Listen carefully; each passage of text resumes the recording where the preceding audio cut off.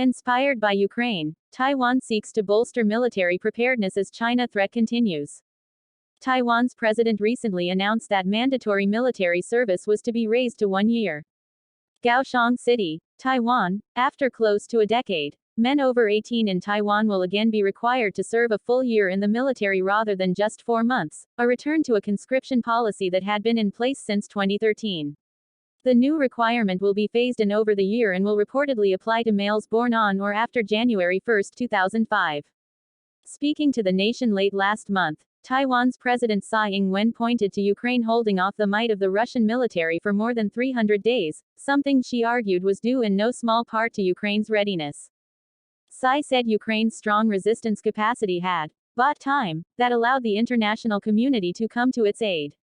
Taiwan's president said she and her cabinet, as well as military officials, had spent much time debating the issue and that although it was a difficult choice, expanding the length of conscription was necessary.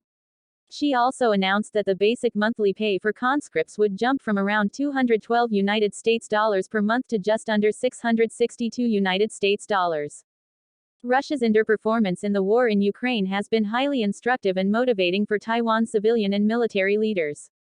But of course, China has also been taking notes as it watches Ukraine. And for Taiwan, the hope is that China is learning one major lesson from Russia's stumbles: that even a vastly overpowered nation is hard to beat on its home turf, especially if its people are trained and willing to resist. Taiwan President Tsai Ing-wen watches a military drill in Penghu, Taiwan, on May 25, 2017. Taiwan President Tsai Ing-wen watches a military drill in Penghu, Taiwan, on May 25, 2017. Reuters. Tyrone Su. Experts in both Taiwan and the United States, though, have long expressed worries about a seeming complacency in Taiwan regarding defense. Taiwan's leadership says they are addressing these concerns with more scrutiny of weapons and tactics, and by reinstating a year of conscription.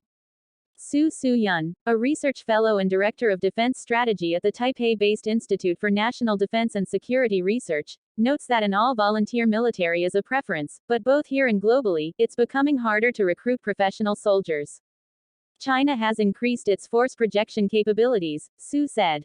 All of this means that Taiwan needs to increase the size of its active army. Su noted Taiwan is carefully studying the examples of nations such as Sweden, Norway and Israel, all of which maintain conscription, as it seeks to overhaul its defense configuration so that the sum of manpower and firepower can be multiplied for defense by asymmetrical battle strength. If it's going to be 4 months, we might as well not do it at all.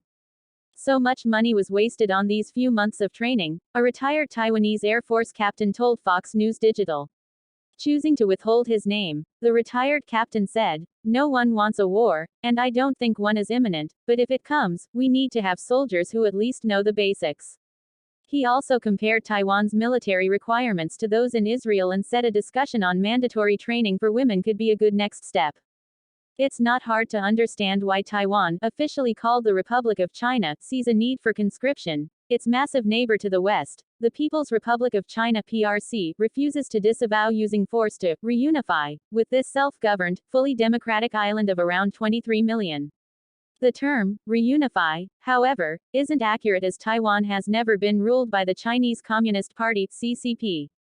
China's bullying of Taiwan permeates every part of the relationship between the two sides of the Taiwan Strait, from China blocking Taiwan's participation in health conferences organized by the United Nations to a simulated naval blockade and live missile tests after former U.S. Speaker of the House Nancy Pelosi defied Beijing and visited Taipei in August 2022. The new conscription policy was met with a predictable mix of emotions and opinions, but somewhat surprisingly, strong opposition has been sparse and the prevailing response, from both sides of Taiwan's main political divide, has been support for the government's move. Before Russia's February 2022 invasion of Ukraine, however, this would likely not have been the case. Whether the United States should or would send more trainers or engage in joint patrols with Taiwan is up for debate, but most Taiwanese seem to be closing ranks and agreeing that, at the very least, men of fighting age should be trained well enough to offer a genuine resistance to a potential Chinese invasion. Local news reported that by 2024, conscripts in Taiwan will undergo a longer boot camp, fire significantly more live rounds and be trained to fire powerful weapons, such as the U.S. Javelin and Stinger missiles. Eric Michael Smith is a Taiwan-based correspondent for Fox News Digital, who since 2007 has worked both as a broadcast journalist for the island's only English-language radio station